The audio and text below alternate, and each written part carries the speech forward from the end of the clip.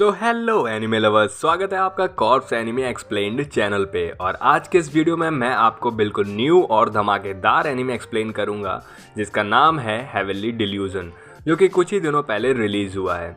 तो कहानी का प्लॉट कुछ ऐसा है कि दुनिया में कुछ सुपर नेचुरल और पावरफुल चीज़ों ने कब्जा कर लिया है। स्पेशली कहानी हमारी तो टोक्यो शहर की है, जहाँ कुछ बच्चे जो इंसानियत की आखिरी उम्मीद भी हैं, उनको रोबोट्स बड़ी बड़ी दीवारों के बीच रखकर बचा रहे हैं और पाल रहे हैं। वहीं पर कुछ बच्चे जो बाहर की दुनिया में हैं, उन्हें तो बस एक ऐसी जगह चाहिए जो उन्हें इस नर्क से बचा सके।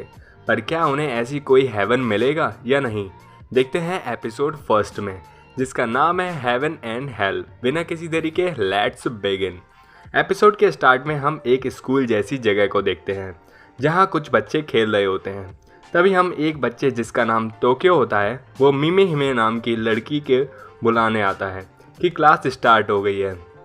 तभी मिमे हिमे बताती है कि आज तो हमारा टेस्ट है, और वो लड़का इसके लिए बिल्कुल भी प्रिपेयर नहीं होता और परेशान होने लगता है। तभी हम नेक्स्ट सीन में बच्चों को क्लास में टेस्ट देते हुए देखते हैं, जहाँ पर एक टीचर होती है जो कि रोबोट होती है। फिर हमें ग्राउंड में एक बच्चा दिखता है जो कि एक अजीब सी ड्राइंग बनाता है जिसमें एक मछली के हाथ होते हैं, और उसके पास बैठी हुई लड़की कहती है कि ये तो बहुत अजीब है, क्या मैं इसे डायरेक्टर को दिखा सकती हूँ। वो लड़का हाँ कहता है, पर इसके कंप्लीट हो जाने पर। तभी उधर क्लास में टोक्यो टेस्ट दे रहा होता है और उसका टैबलेट की स्क्रीन फ्लिकर यानी हिलने लगती है, और उस पर लिख कर आने लगता है कि क्या तुम बाहर के बाहर जाना चाहोगे। तभी सीन हमारी चेंज होती है, जहां हमें टोक्यो दिखाया जाता है जिसकी हालत बहुत ख़राब लगती है, जैसे लगता है कि उसे किसी ने तबाह कर दिया हो।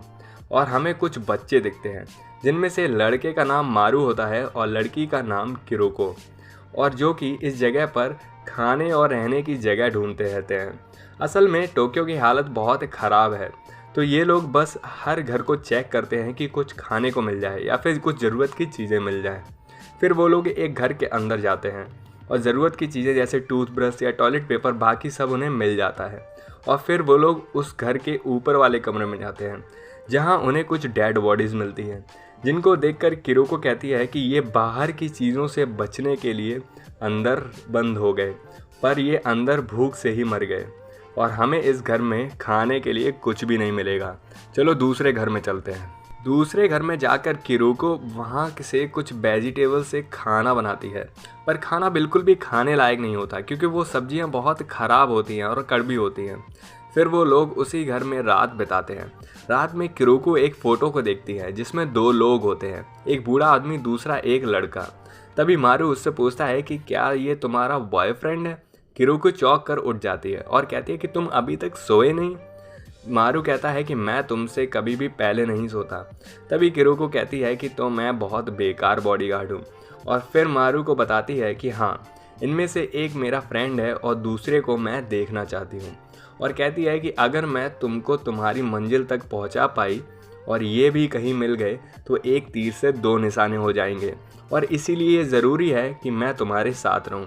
वैसे भी तुम कहीं भी मेरे बिना जाओगे तो नहीं, तो रिलैक्स करो। फिर अगले सीन में हमको एक अजीब सा पंछी दिखता है जो कि काफ़ी दिखने में अजीब था। और फिर अगले सीन में हम दोनों लड़के और लड़की को घूमते हुए देखते हैं कि वो फिर से कुछ चीज़ों को ढूंढ रहे होते हैं, और अब वो ऐसी जगह जाना चाहते हैं जहाँ पर कुछ चीज़ें जाना मिल जाएं, जैसे कि शॉपिंग मॉल्स या फिर रेलवे स्टेशंस। तभी जाते हुए उन्हें कुछ लोग घेर लेते हैं जो कि उन्हीं की तरह जीने के लिए सामान ढूंढते नहीं बल्कि आते जाते लोगों को लूटते हैं।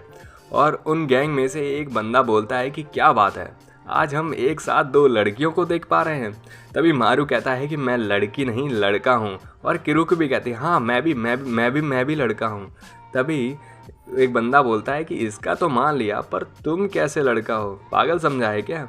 और वो लोग उससे कहते हैं कि आओ तुमको जन्नत पहुँचाते हैं। फिर किरोको गन निकाल लेती है जो कि दिखने में काफ़ी अलग सी थी, पर वो लोग गन देख कर डर जाते हैं और वापस जाने लगते हैं। पर उनमें से एक बंदे के पास दूरबीन होती है और वो देखता है कि गन तो नकली लग रही है, और वो लोग उस पर वापस हमला करने वाले ही होते हैं कि किरोको भागने को कहती है और झट से बाउंड्री पर चढ़ जाती है उधर मारू तो बहुत अच्छा फाइटर निकलता है और 2-3 को तो बहुत अच्छी तरीके से धो देता है।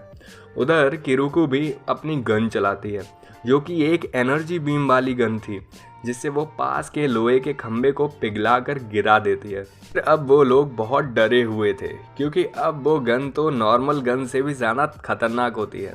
अब जो लुटने आए थे वो अब खुद ही लुटने वाले थे और मारू और किरुको उनको अपने अड्डे पर ले जाने के लिए बोलती है, जहाँ से वो कुछ चीज़ें ले पाएँ। और वहाँ जाकर उन्हें तो कुछ भी ऐसा नहीं दिखता जो काम का हो, सिवाय एक जनरेटर के जिसमें कुछ ही एनर्जी थी।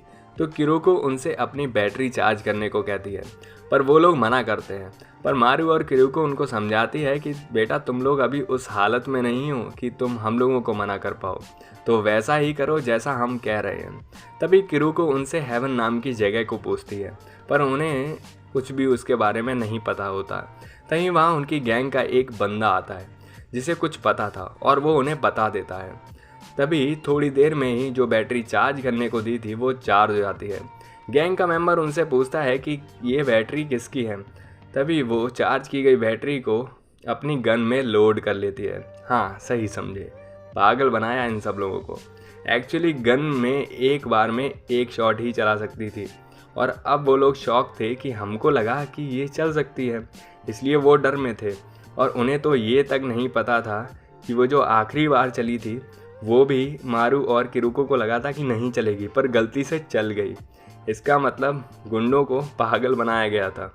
और वो लोग चिल्लाने लगते हैं कि तुमने झूठ कैसे बोला, अपने बड़ों से बात करने की और झूठ बोलने की हिम्मत कैसे हुई, तुम्हें तमीज़ नहीं है क्या।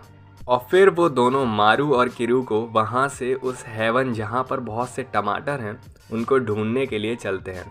फिर सीन हमारा उस स्कूल जैसी जगह पर चेंज होता है जहाँ टोक्यो मिमी हिमे के टेस्ट के बारे में पूछती है कि उसे कैसे पता चला कि आज टेस्ट है, पर मिमी हिमे बताती है कि बस ऐसे ही। तभी और बच्चे अपने अपने फेवरेट काम में लग जाते हैं, जैसे किसी को खेलना पसंद है या फिर किसी को हार्डवेयर कंप्यूटर के बारे में सीखना पसंद है, तो वो अपने अपने काम में लग जाते हैं।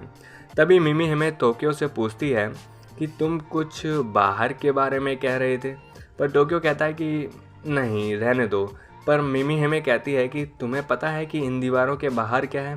टोक्यो कहता है कि मुझे लगता है कि कुछ भी नहीं है इनके पार। पर मिमी हिमे कहती है कि मुझे हमेशा से लगता था कि कुछ तो है और मुझे अब दिखता भी है कि 2 लोग मेरी मदद करने बाहर से आएंगे और उनमें से एक का चेहरा बिल्कुल तुम्हारी तरह है। और ये बात अब टोक्यो के दिमाग में बैठ गई थी और वो इस बात की वजह से सो नहीं पा रहा था और उठकर बाहर जाता है और सोचता है कि क्या है बाहर।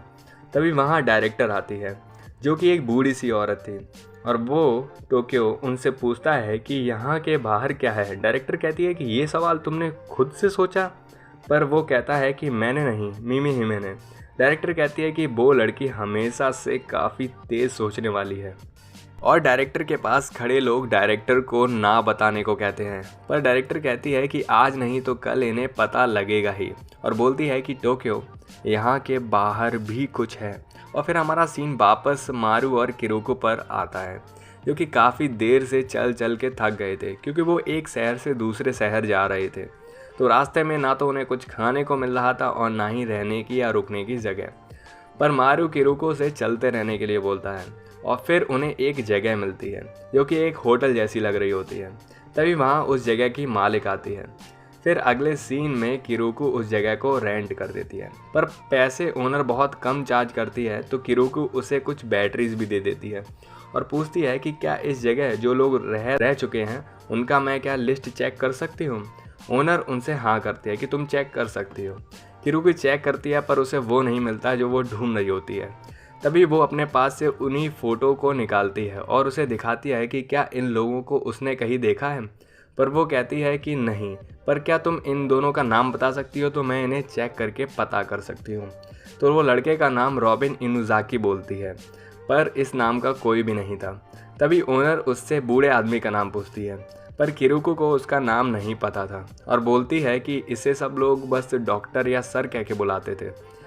और वो अंदर जाने से पहले उनसे पूछते हैं कि क्या आपने हेवन नाम की जगह के बारे में पहले कभी सुना है, पर ओनर को इसके बारे में भी नहीं पता होता।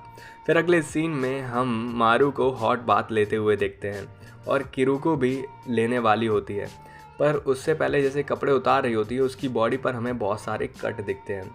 और तभी किरुको अपनी मिरर की रिफ्लेक्शन को किस करने वाली ही होती है कि तभी वहाँ पर ओनर आ जाती है और उसे देखकर वो काफ़ी हड़बड़ा जाती है। ओनर उसको कपड़े देने के लिए और ये बताने के लिए आई थी कि वहाँ कुछ बॉटल्स हैं शैम्पू की जो उसे यूज़ कर सकती है। फिर अगले सीन में किरुको नहाने के बाद मारू उसके बाल हेयर ड्रायर से सुखा रहा होता है और ओनर खाना बना रही होती है, पर तभी किरुको का ध्यान एक गन के केस पर जाता है और वो ओनर से पूछती है कि क्या ये गन का केस है, जिसमें ओनर बताती है कि हाँ, यहाँ रात को एक मॉन्स्टर घूमता है। और ये सुनकर मारू और किरुको एक्साइटेड हो जाते हैं और उससे पूछते हैं कि क्या वो इंसानों को खाता है, क्या उसकी शेप बहुत कन्फ्यूजिंग सी है, बताओ हमें, क्योंकि हम उस मॉन्स्टर को मार सकते हैं। ओनर काफ़ी डरी हुई होती है, डरी होने से जाना मतलब वो काफ़ी अटपटा रिएक्शन देती है और कहती है कि नहीं, उस पर गन्स का इस्तेमाल नहीं हो सकता। और तभी किरुको कहती है कि मेरी किरू बीम उस पर यूज़ होगी और ये लड़का मारू है। तभी मारू शॉक होके कहता है कि तुम्हारी गन है तो तुमने उसका नाम किरू बीम रख दिया, और वो आपस में बहस करने लगते हैं। उधर ओनर खाना छोड़ के चली जाती है। फिर अगले सीन में ओनर उन लोगों को साथ में खाना खाने को कहती है, पर खाते हुए ओनर उनसे बोलती है कि वैसे तो मेरे पास शब्द नहीं है कहने को या मुझे कहना चाहिए या नहीं, पर मेरा मानना है कि जो लोग रिलेटिव हों आपस में उन्हें बच्चे नहीं करने चाहिए। और ये सुनकर वो दोनों शर्म से लाल हो जाते हैं। किरुको चिल्लाते हुए कहती है कि ये मुझे अगर सिस्टर बोलता है तो हम कोई रिलेटिव नहीं हैं, और हाँ, हम दोनों एक दूसरे को डेट भी नहीं कर रहे। और ये सुनकर ओनर कहते हैं कि लगता है मुझे कोई गलत फहमी हो गई है।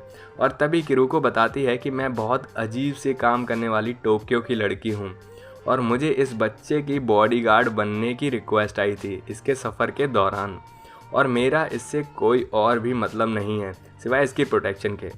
ये सुनकर मारू थोड़ा दुखी होता है और रात में सोने से पहले अपना बिस्तर जो किरुको के पास लगा था उसे हटाकर दूर कर लेता है। किरुको पूछती है कि क्या हुआ, तुम किसी चीज़ को लेकर मुझसे गुस्सा हो, पर मारू कोई जवाब नहीं देता और सो जाता है। और किरुको भी काफ़ी थकी हुई होती है तो वो भी सो जाती है। और फिर उसी रात हम उस ओनर को गन को लोड करते हुए देखते हैं और उसी अजीब पंछी को ओनर की खिड़की के पास आते हुए देखते हैं। और हमें फिर डायरेक्टर की आवाज़ सुनाई देती है जो बताती है कि यहाँ के बाहर की दुनिया नर्क है जहाँ बहुत से अजीब से मॉन्स्टर रहते हैं। और वो पंछी का चेहरा भी बहुत अजीब था, बहुत गंदा था, जैसे किसी पैरासाइट का। और यहीं पर हमारा एपिसोड फर्स्ट ख़त्म होता है। अब देखते हैं कि क्या होगा उस ओनर के साथ, क्या वो उस मॉन्स्टर को मार देगी या कुछ नए सीक्रेट्स खुलेंगे। तो ये एपिसोड काफ़ी मिस्टीरियस और कई सवालों वाला था कि आखिर कौन है ये मॉन्स्टर, जापान की हालत ऐसे कैसे हो गई, और जो बच्चे उन दीवारों के अंदर हैं क्या वही जगह हमारी हेवंस है। और ये जानने के लिए हम नेक्स्ट एपिसोड में देखेंगे। तब तक के लिए बाय बाय, सायोनारा।